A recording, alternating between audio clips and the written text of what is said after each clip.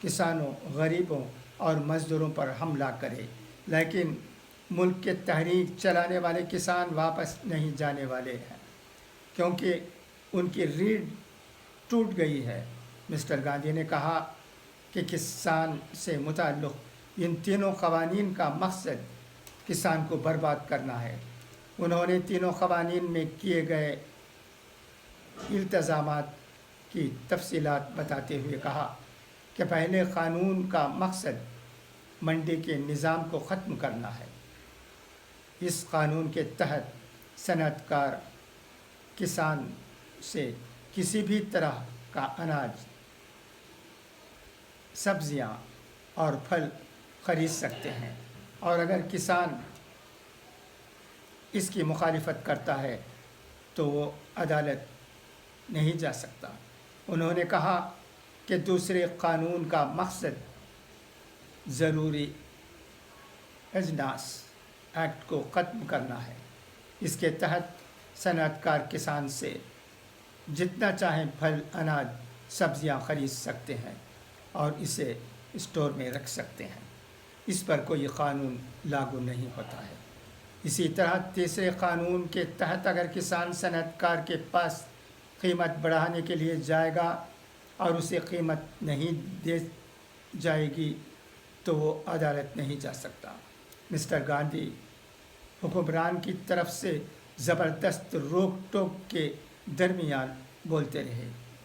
اس پر 3 بار انتظام کا سوال بھی اٹھا لیکن وہ نہیں مانے۔ انہوں نے کہا کہ ان تینوں قوانین کی وجہ سے ملک کے کسانوں، مزدوروں اور غریبوں کو 40 لاکھ کروڑ روپے کا نقصان ہوا ہے۔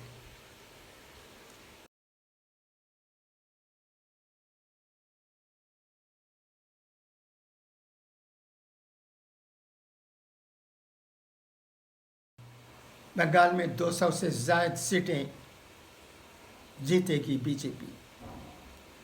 مرکزی وزیر داخلہ اور بھارتیہ جنتا پارٹی کے سینئر لیڈر امت شاہ نے جمعرات کو دعویٰ کیا کہ مغربی بنگال میں بی جے پی 200 سے زائد سیٹوں پر کامیاب ہوگی۔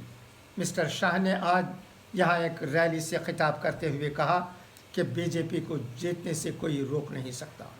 انہوں نے وزیر اعلیٰ ممتا بنرجی اور ان کے بھتیجے ابھیشیک پر نشانہ لگاتے ہوئے کہا کہ پریورتن یاترا بوا بھتیجے کی پھیلائی بدعنوانی کا خاتمہ کرے گی۔ مرکزی وزیر داخلہ نے کہا، پریورتن یاترا بنگال کے حالات تبدیل کرنے اور سرحد پر دراندازی کو روکنے کے لیے ہے۔ ہم ایک ایسی ریاست بنائیں گے جہاں ایک چڑیا بھی سرحد پار نہیں کر پائے گی۔ مسٹر شاہ نے کہا کہ جب الیکشن ختم ہوگا تب محترمہ بنرجی بھی جے شری رام کا نعرہ لگائیں گی۔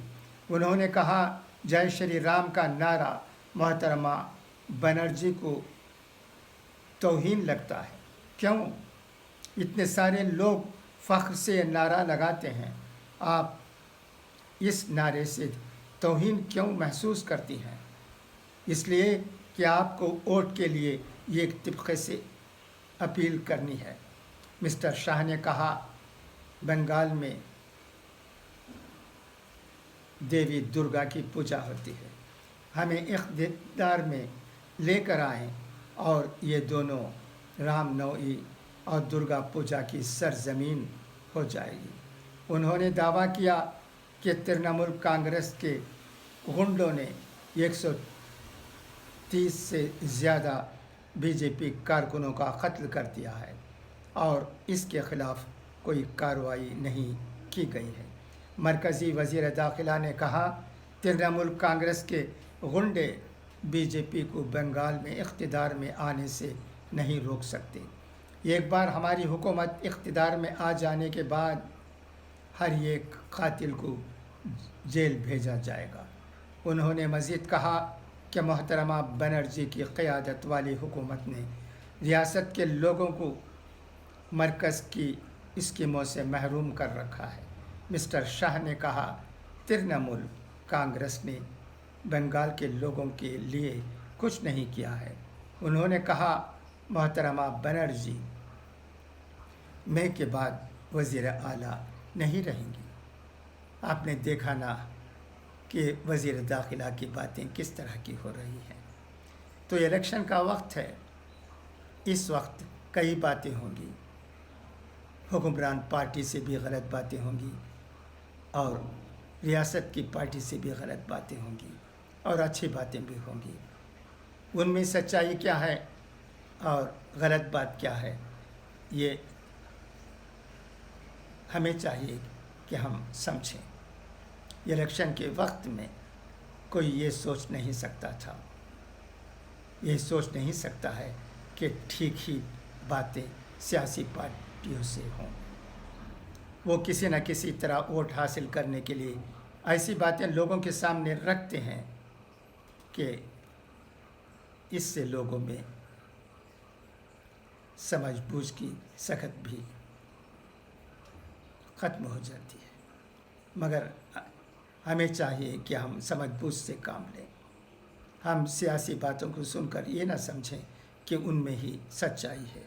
بات چاہے مرکزی حکومت کی ہو یا ریاستی حکومت کی ہو یا کسی بھی لیڈر کی ہو، ہمیں سمجھداری سے کام لینے کی ضرورت ہے۔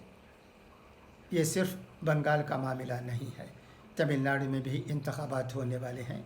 یہاں بھی سیاسی پارٹیاں کیا گل کھلائیں گی، یہ دیکھنے کی بات ہے۔ مگر ہم سوچیں سمجھیں اور ٹھیک قدم اٹھائیں۔